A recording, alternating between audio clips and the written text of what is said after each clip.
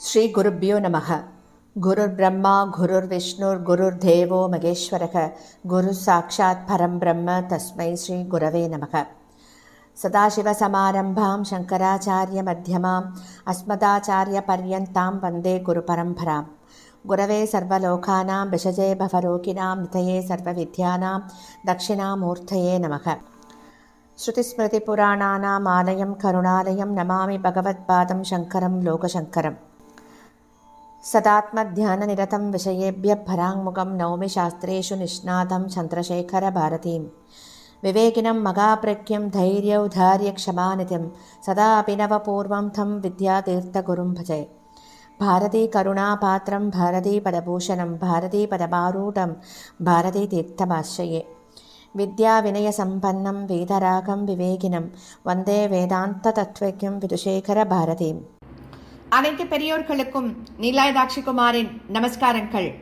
பிரதி குருவாரம் நம்ம சிங்கேரியில் சங்கரரை பத்தி கேட்டுருக்கோம். குருநாதனோட பேரருள்ள இந்த காவியத்தை நூலாசிரியர் திரு கே நாராயணசுவாமி அவர்கள் இவர் எழுதிய புத்தகத்தின் ஒவ்வொரு வரிகளையும் நம்ம ரொம்ப அனுபவிச்சு கேட்டுருக்கோம். பிரதி குருவாரத்திலையும் போன வாரத்தின் தொடர்ச்சியை தான் தொடர்ந்து கேட்க போகிறோம். 84வது வாரமாக ஹரிஹரராஜன் தன்னுடைய குருவின் ஆணைப்படி அவரின் குருவான பாரதி தீர்த்தரக்கான சிங்கேரிக்கு வருகிறான்.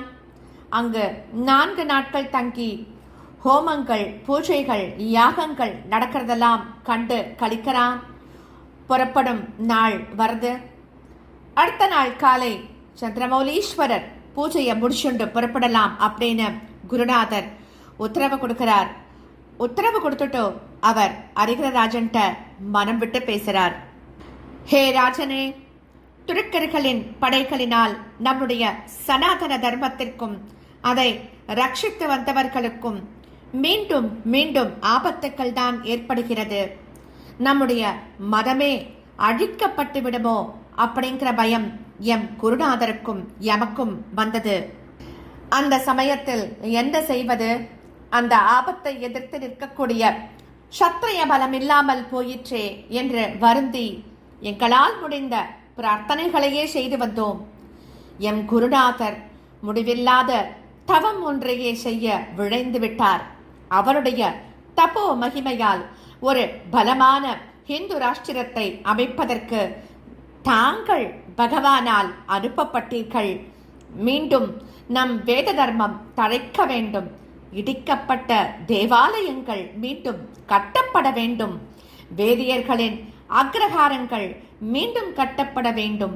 மற்ற ஜனங்கள் அனைவரும் அந்நியர் பயமின்றி அமைதியாக வாழ வேண்டும். அதற்கெல்லாம் தாங்கள் வழி செய்வீர்களாக ராஜன். உங்களுடைய சேமத்திற்கு நாங்கள் பிரார்த்தனை செய்து கொண்டே இருப்போம் அப்படின்னு ஆச்சாரியால் சொல்றா. அவரிடம் ராஜனிடம் சொல்றார். ஹரிஹரராஜன் அப்படி அவர் சொன்ன உடனே எழுந்து நமஸ்காரம் பண்றான். குருநாதரை நமஸ்காரம் பண்ணிட்டு மீண்டும் உட்கார்ந்துக்கிறான். உட்கார்ந்துண்டா அவன் சொல்றான், பகவானே, என்னுடைய மனத்தின் அடித்தளத்தில் உள்ள ஆசை என்ன என்பதை தங்களிடம் சொல்ல விரும்புகிறேன். அதற்கு தாங்கள் அவகாசம் கொடுப்பீர்களா அப்படின்னு கேட்கிறான் ராஜன். உங்களுடைய மனோரதம் எப்படிப்பட்டது என்பதை தெரிந்து கொள்ள ஆவலாக இருக்கிறேன். சொல்லுங்கள் அதை அப்படின்னு ஆச்சாரியார் கட்டளை போடுறார். அப்போது அரசன் சொல்ல ஆரம்பிக்கிறான். தெய்வம் போன்ற ஸ்ரீ வித்யாரண்ய சுவாமிகள் வாரணாசிக்கு புறப்பட்ட போது என்னிடம் ஒரு பரம ரகசியமான செய்தியை சொன்னார். அது இந்துக்களின் மதத்தை காப்பாற்றுவதற்கு என்று ஸ்தாபிக்கப்பட்ட விஜயநகர ராஜ்யத்தின் எதிர்காலத்தை பற்றிய விஷயம். அது எவ்வளவுதான் ஜாக்கிரதையாக ஆராய்ந்து ராஜதானி நகரத்தை நிறுவுவதற்காக அஸ்திவார ஸ்தாபன முகூர்த்தம், சுபமான திதி, வார நட்சத்திர யோக கரணங்களை பார்த்து நிச்சயிக்கப்பட்டிருந்த போதிலும் தெய்வ சங்கல்பத்தால் அந்த லக்னம் மாறியது. அதனால் சாம்ராஜ்யத்தின் எதிர்காலத்தை பற்றி ஒரு பயம் தோன்றியது என்று முதல்ல சொல்லிட்டு ஹரிஹரராஜன் தன்னுடைய மகுடாபிஷேகத்தின் போது ஸ்ரீ வித்யாரண்யர் முழு ராஜ்யத்தையே குரு காணிக்கையாக வலுவிலேயே கேட்டு வாங்கி கொண்டதையும் அதற்கு பிறகு அதையே தம்முடைய பிரசாதமாக திருப்பி தந்து ஆசீர்வாதத்தையும் விவரமா சொல்றான். தொடர்ந்து அவன் பேசுகையில் என்ன சொல்றான்னா, அப்படி ராஜ்யத்தை தம்முடையதாக ஆக்கிக்கொண்டு சிறிது நேரம் கழித்து அதையே என்னிடம் அனுக்கிரகபூர்வமாக அளித்ததின் ரகசிய காரணத்தை ஸ்ரீ வாரணாசிக்கு புறப்படும் முன் என்னிடம் கூறினார். அப்போது சில அறிவுரைகளையும் கொடுத்தார். அவர் என்ன சொன்னார் என்றால், உடனே இந்த ராஜ்யத்தை ஸ்ரீ விருபாக்ஷேஸ்வரிடம் ஒப்படைத்துவிடு. அவருடைய பெயரில் அவருடைய பிரதிநிதியாக இதை நீ ஆண்டு கொண்டிரு அப்படின்னு சொல்லி ஸ்ரீ விரூபாக்ஷ அப்படின்னு பொறிக்கப்பட்ட ராஜமுத்திரையை என்னிடம் அளித்தார். எவ்வளவு சீக்கிரமாக போக முடியுமோ அவ்வளவு சீக்கிரம் சிங்கேரிக்கு சென்று எம்முடைய குருநாதரின் ஆசிகளையும் பெற்று வருவாயாக என்கின்ற அறிவுரைகளையும் கொடுத்தார் அப்படின்னு அரிகரராஜன் அவரிடம் சொல்லின்றிருக்கான். அரிகரன் கூறியது எல்லாம் கேட்டுக்கொண்டிருந்த ஸ்ரீ பாரதி கிருஷ்ண தீர்த்தர், உங்களுடைய சாம்ராஜ்யத்தின் எதிர்காலத்தை பற்றி வித்யாரண்யர் ஏதாவது சொன்னாரா அப்படின்னு கேட்கிறார். அரிகரராஜன் பதில் சொல்றான், ராஜ்யத்தின் எதிர்காலம் பகவானால் முன்னேயே தீர்மானிக்கப்பட்டிருக்க வேண்டும். அதை சூச்சகமாக காட்டவே லக்னத்தில் தவறு ஏற்பட்டிருக்க வேண்டும். என்னுடைய காலத்திலும் எனக்கு பிறகு சில தலைமுறையினரின் ஆட்சி நடந்து கொண்டிருக்கும் வரை எல்லாம் வெற்றி முகமாகவும் ஏறுமுகமாகவும் இருந்து கொண்டிருக்கும் என்றும் மத்தியில் அடிக்கடி முகமதிய மன்னர்களினால் தொந்தரவுகள் இருந்து கொண்டேதான் இருக்கும் என்றும் குருநாதர் சொன்னார் அப்படின்னு பதில் கொடுக்கிறான் அரிகரராஜன். எவ்வளவு காலம் என் வம்சத்தினர் ஆட்சி புரிவார்கள் என்று நான் கேட்டபோது, குருநாதர், உனக்கு பிறகு 12 தலைமுறையினரே விஜயநகர மன்னர்களாக இருப்பார்கள் அப்படின்னு சொல்லிட்டோ, எதற்கும் நீ விருப்பாக்ஷேஸ்வரிடம் பூரணமான பக்தியை வைத்து தர்மத்தின்படி ஆட்சி செய், அவர் அனுக்கிரகம் செய்வார் அப்படின்னு சொல்லிட்டு புறப்பட்டுட்டார் அப்படின்னு அரிகரராஜன் சொல்லி முடிக்கிறான் எல்லா விற்த்தாந்தங்களையும். ஸ்ரீ பாரதி கிருஷ்ண தீர்த்தர் மன்னன் சொன்னதையெல்லாம் ரொம்ப கவனமாக கேட்டுட்டே வரார். கொஞ்ச நேரம் அந்த இடத்துல அமைதி நிலவருது, மௌனம் நிலவருது. அப்போ ஆச்சாரியால் பேசுறா, ராஜன், உங்களுடைய மனோரதம் என்ன என்பதை பற்றி எதுவும் சொல்லலையே அப்படின்னு ஞாபகப்படுத்துறார். அரிகரராஜன் கொஞ்ச நேரம் யோசிக்கிறான். யோசிச்சுட்டு பேச ஆரம்பிக்கிறான். குருநாதர் பின்னே வரக்கூடிய ஆபத்தை பற்றி ஒரு கோடி காட்டிவிட்டார். என்னாலும் என் வம்சத்தினராலும் நம் மதமும் தர்மமும் காப்பாற்றப்பட வேண்டும் என்றும் எங்களுடைய ராஜ்யாதிபத்தியத்தின் லட்சியம் அதுவாகத்தான் இருக்க வேண்டும் என்பதையும் அவர் எனக்கு உணர்த்திவிட்டார். ஆகையால் நம்முடைய மதம் தர்மம் ஆகியவற்றின் எதிர்காலத்தை பற்றிய சிந்தனைகளுடன் தான் ராஜ்ய காரியங்களை நான் நடத்தி கொண்டு வருகிறேன். விஜயநகரத்தின் ராஜ பரம்பரை அவிச்சின்னமாக இருக்காது என்றால் வேறு ஏதோ ஒரு பரம்பரை அவிச்சின்னமாக இருந்து கொண்டு வேதங்களையும் வைதீக தர்மத்தையும் பொதுவாக இந்து மதத்தையும் ரட்சித்து போஷித்து வருவதற்காக ஏற்பட வேண்டும் அல்லவா? இங்கு வந்து இந்த மடத்தையும் குருக்களான தங்களையும் பார்த்த பிறகு அப்படி இருக்கக்கூடிய பரம்பரை எல்லாவற்றையும் துறந்து சந்நியாசம் மேற்கொண்ட குரு பரம்பரைதான் என்று எனக்கு தோன்றியது. சென்ற 2 தினங்களில் நானும் 4 சகோதரர்களும் குதிரைகளில் ஏறிக்கொண்டு அக்கம் பக்கத்தில் இருக்கும் கிராமங்களுக்கெல்லாம் சென்று மக்களை சந்தித்து பேசினோம்.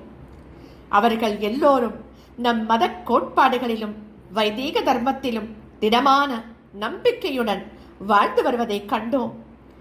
அவற்றுக்கே பிரதானியம் கொடுத்திருப்பதையும் கண்டோம். அதற்கெல்லாம் காரணம் இந்த சிங்கேரி மடமும் அதில் அதிபர்களாக இருந்து கொண்டு ஸ்ரீ சங்கரர், ஸ்ரீ சுரேஸ்வரர் அவர்களிடமிருந்து தொடங்கி அவிச்சின்னமாக வந்து கொண்டிருக்கும் ஜெகத்குரு பரம்பரையும் தான் அப்படிங்கிறத நாங்கள் தெரிஞ்சுட்டோம். ஜெகத்குருவான தங்களிடம் ஜனங்கள் வைத்திருக்கும் பக்தியும் மதிப்பும் எவ்வளவு உயர்ந்தது என்பதை இன்று இங்கு நடந்த வைபவங்களிலிருந்து நிதர்சனமாக கண்டுகொண்டோம். இப்படி எல்லாம் சொல்லிட்டு ஹரிகரராஜன் தன்னுடைய மனோரதம் என்ன அப்படிங்கிறதையும் வெளியிடுறான். விஜயநகர ராஜ்யம் பிற்காலத்தில் வளருமோ நிலைக்குமோ வீழுமோ அது எதுவானாலும் பகவத் சங்கல்பத்தின் படி நடக்கட்டும்.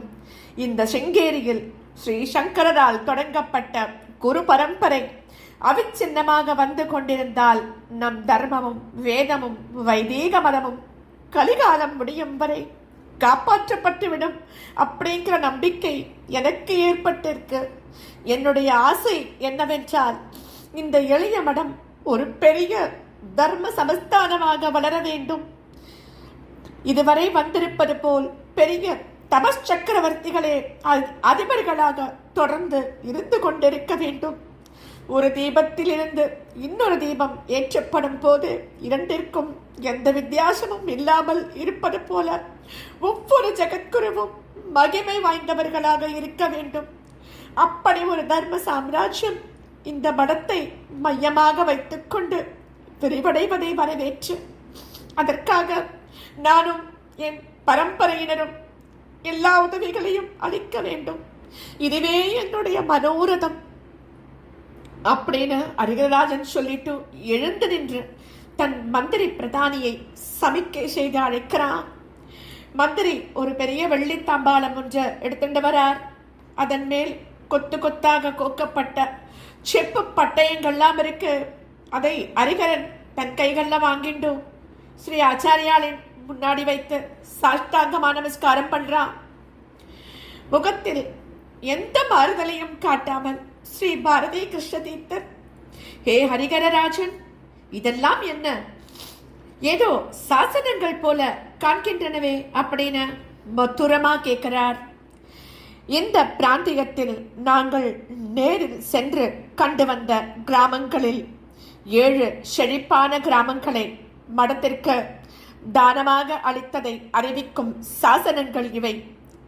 அதை தவிர சிங்கேரியில் வேத பண்டிதர்களின் அக்ரகாரம் ஒன்று ஏற்படவும் அவர்கள் சகுடும்பர்களாக சௌகரியமாக வாழவும் அனுகூலமாக சில விளை நிலங்களை தனியாக சாசனம் செய்திருக்கிறோம். எல்லாவற்றையும் எங்களுடைய காணிக்கையாக ஏற்றுக்கொண்டு எங்களை தன்யர்களாக்க வேண்டும் அப்படின்னு கேட்டுக்கிறார் ஹரிகரராஜன். ஸ்ரீ பாரதி கிருஷ்ண தீர்த்தர் அந்த செப்பு பட்டயங்களை தன்னுடைய வலக்கரத்தால லேசா தொட்டு அங்கீகாரம் பண்றார். தானத்தை கொடுத்தவரின் உள்ளம் ஆனந்தத்தால் கடல் போல ஆரவாரம் செய்து கொண்டிருக்க, பெற்றுக்கொண்டவரின் உள்ளமோ அலைகளே இல்லாத மகா சமுத்திரம் போல அமைதியா இருக்கு. முதலாவது ஹரிகரன் செய்த அந்த சாசனமே விஜயநகர அரசர்கள் ஏற்படுத்திய ஆயிரக்கணக்கான சாசனங்களில் முதலானது. பிற்காலத்துல விஜயநகர சாம்ராஜ்யத்தின் சரித்திரத்தை எழுதிய சரித்திர ஆசிரியர்கள் அந்த சாசனத்திற்கு ஒரு விசேஷ அந்தஸ்தை கொடுத்து அதை சிங்கேரி சாசனம் கிபி 1346 அப்படின்னு குறிப்பிட்டு சொல்றா. அதே சாசனம் வித்யா தீர்த்த குரவே பரஸ்மை தேஜசே அப்படிங்கிற வாக்கியத்தோட சிலா சாசனமாகவும் கல்லில் பொறிக்கப்பட்டிருக்கு. அதுதான் சரித்திர சான்று. இதுதான் அந்த ஹரிகரராஜனின் மனோரதமாக விளங்கியது. அடுத்த வாரம் மீண்டும் சந்திப்போம். ஸ்ரீ சத்குரு பாக்கி, ஸ்ரீ சத்குரு பாக்கி, ஸ்ரீ சத்குரு பாக்கி.